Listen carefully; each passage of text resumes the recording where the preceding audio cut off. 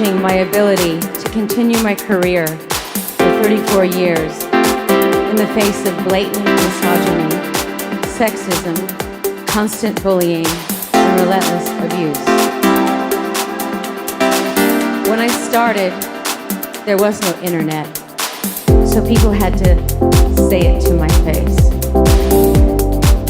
There were very few people I had to clap back at because life was simpler then. When I first moved to New York, I was a teenager. It was 1979, and New York was a very scary place. In the first year, I was held up at gunpoint, raped on a rooftop with a knife digging into my throat, and I had my apartment broken into and robbed so many times, I just stopped blocking the door. In the years to follow, I lost almost every friend I had to AIDS, or drugs, or gunshots. As you can imagine, all these unexpected events not only helped me become the daring woman that stands before you, but it also reminded me that I am vulnerable. And in life, there is no real safety except self-belief. And an understanding that I am not the owner of my talents. I'm not the owner of anything. Everything I have is a gift from God. And even things that happened to me, that still happen to me, are also gifts to teach me lessons and make me stronger. I'm receiving an award for being Woman of the Year, so I ask myself, what can I say about being a woman in these days? What can I say about being a woman? When I first started writing songs, I didn't think in a gender-specific way. I didn't think about feminism. I just wanted to be an artist. I was, of course, inspired by Debbie Harry and Chrissie Hynde and Aretha Franklin, but my real muse was David Bowie. He embodied male and female spirit, and that suited me just fine.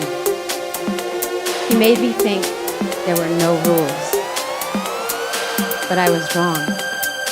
There are no rules if you're a boy. If you're a girl, you have to play the game. What is that game? You are allowed to be pretty and cute and sexy, but don't act too smart. Don't have an opinion. Don't have an opinion that is out of line with the status quo. You are allowed to be objectified by men and dress like a slut, but don't own your sluttiness. And do not, I repeat, do not share your own sexual fantasies with the world. Be what men want you to be, but more importantly, be what women feel comfortable with you being around other men. And finally, do not age, because to age is a sin.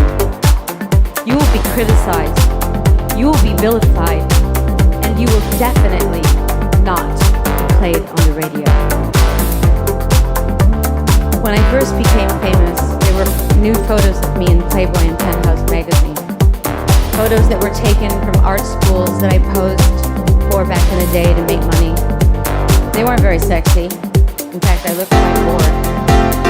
I was. But I was expected to feel ashamed when these photos came out, and I was not. And this puzzled people. Eventually, I was left alone because I married Sean Penn, and not only would he want to have in your ass,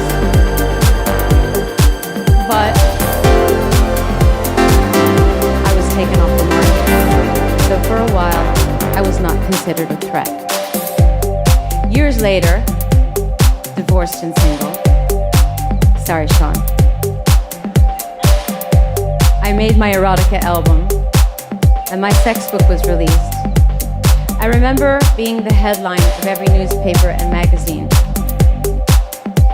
And everything I read about myself was damning. I was called a whore and a witch one headline compared me to Satan. I said, wait a minute.